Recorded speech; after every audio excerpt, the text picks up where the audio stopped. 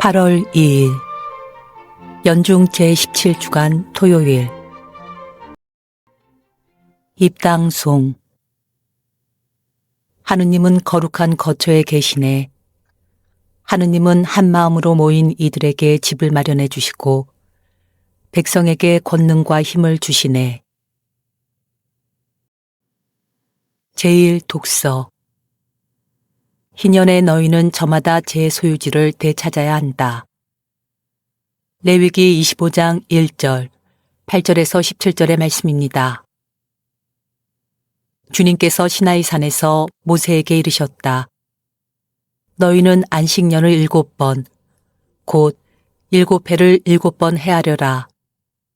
그러면 안식년이 7번 지나 49회가 된다. 그 7째 달 초열흘날, 곧 속죄일의 나팔 소리를 크게 울려라. 너희가 사는 온 땅에 나팔 소리를 울려라. 너희는 이 50년째 해를 거룩한 해로 선언하고 너희 땅에 사는 모든 주민에게 해방을 선포하여라. 이 해는 너희의 희년이다. 너희는 저마다 제 소유지를 되찾고 저마다 자기 시족에게 돌아가야 한다. 이 50년째 해는 너희의 희년이다. 너희는 씨를 뿌려서도 안 되고 저절로 자란 곡식을 거두어서도 안 되며 저절로 열린 포도를 따서도 안 된다. 이 해는 희년이다. 그것은 너희에게 거룩한 해다. 너희는 밭에서 그냥 나는 것만을 먹어야 한다. 이 희년에 너희는 저마다 제 소유지를 되찾아야 한다. 너희가 동족에게 무엇을 팔거나 동족의 손에서 무엇을 살 때 서로 속여서는 안 된다. 너희는 희년에서 몇 해가 지났는지 헤아린 다음 너희 동족에게서 사고 그는 소출을 거둘 횟수를 헤아린 다음 너희에게 팔아야 한다. 그 횟수가 많으면 값을 올리고 횟수가 적으면 값을 내려야 한다. 그는 소출을 거둘 횟수를 너희에게 파는 것이다. 너희는 동족끼리 속여서는 안 된다. 너희는 너희 하느님을 경외해야 한다. 나는 주 너희 하느님이다. 주님의 말씀입니다. 하느님 감사합니다. 화답송. 하느님, 모든 민족들이 당신을 찬송하게 하소서. 하느님은 자비를 베푸시고 저희에게 복을 내리소서. 당신 얼굴을 저희에게 비추소서. 당신의 길을 세상이 알고 당신의 구원을 만민이 알게 하소서. 하느님, 모든 민족들이 당신을 찬송하게 하소서. 당신이 민족들을 올바로 심판하시고 세상의 결례들을 이끄시니 결례들이 기뻐하고 환호하리이다. 하느님, 모든 민족들이 당신을 찬송하게 하소서.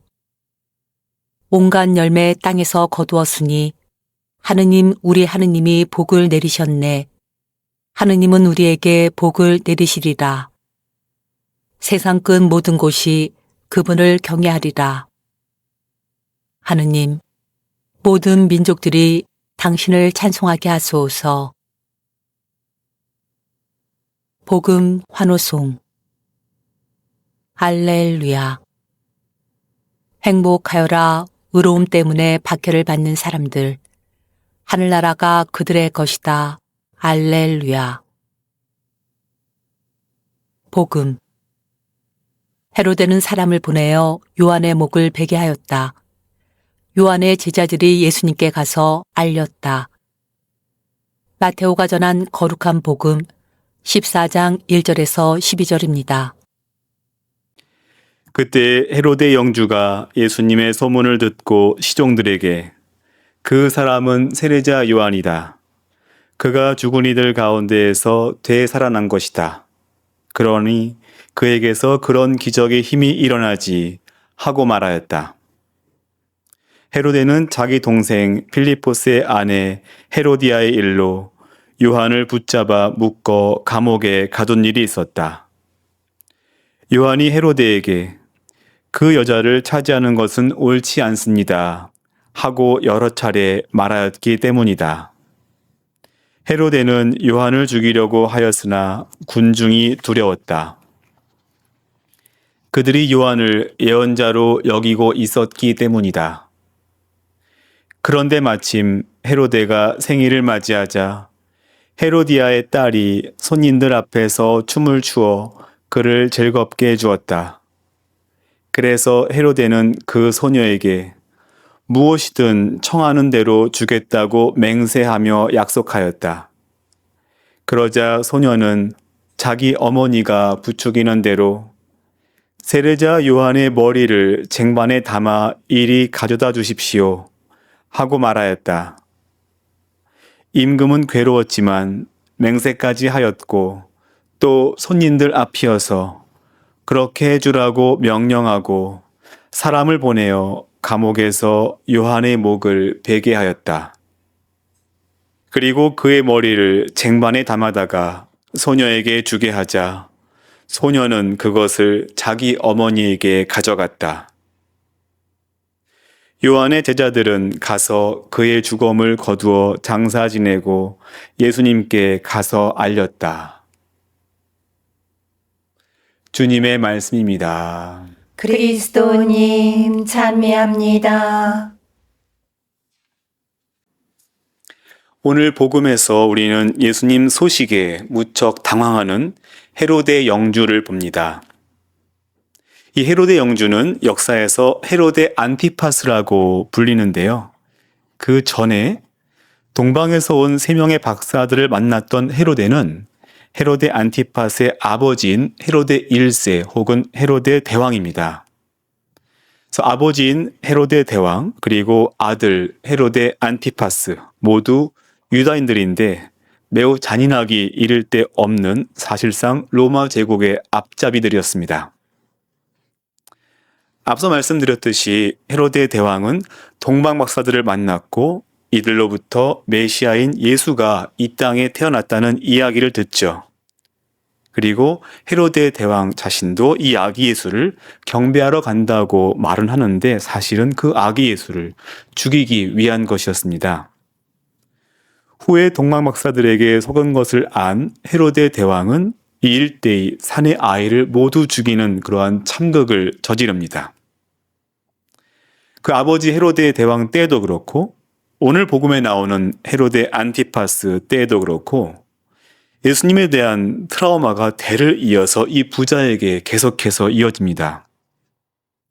아버지 헤로데 대왕은 예수님을 만나는 이른바 그 꿈을 이루지 못했죠.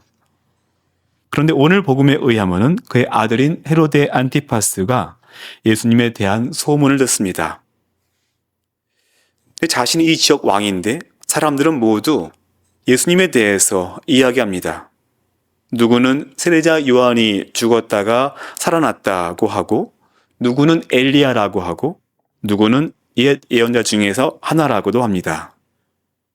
당황한 헤로데 안티파스는 아니 요한은 내가 목을 베어 죽였는데 이 사람은 누구일까 하고 질문하면서 예수님을 만나고 싶어 합니다. 나중에 결국 헤로데 안티파스는 예수님을 만나죠.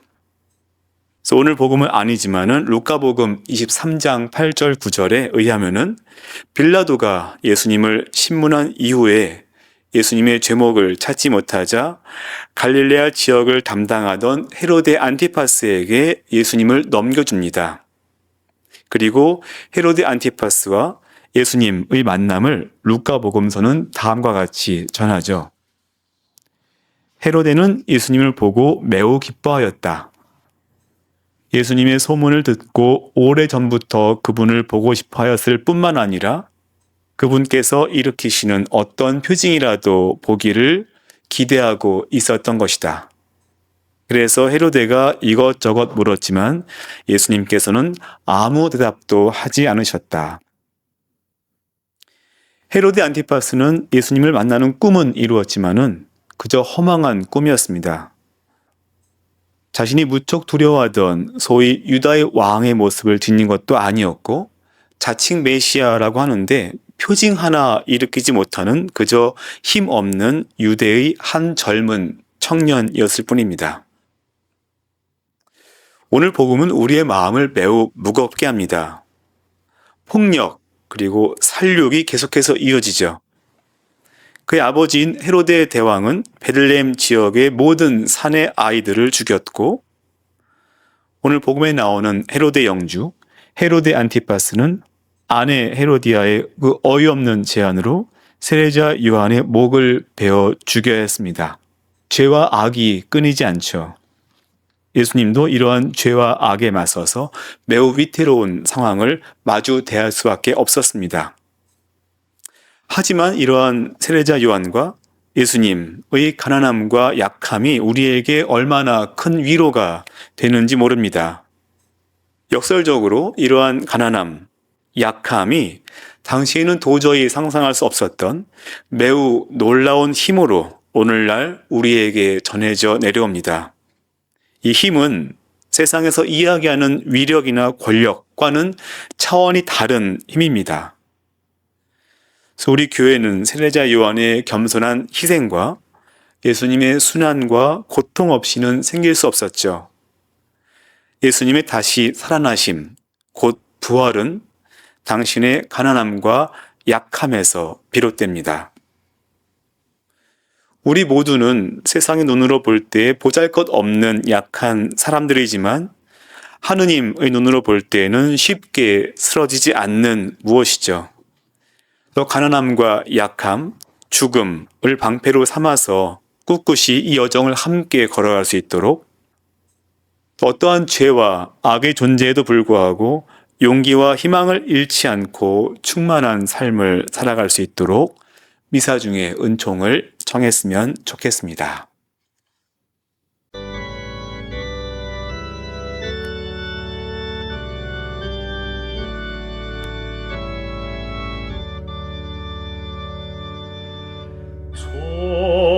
천사의 양식은 우리 양식 되고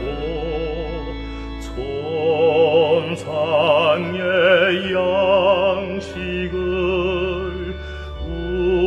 우리에게 주시네.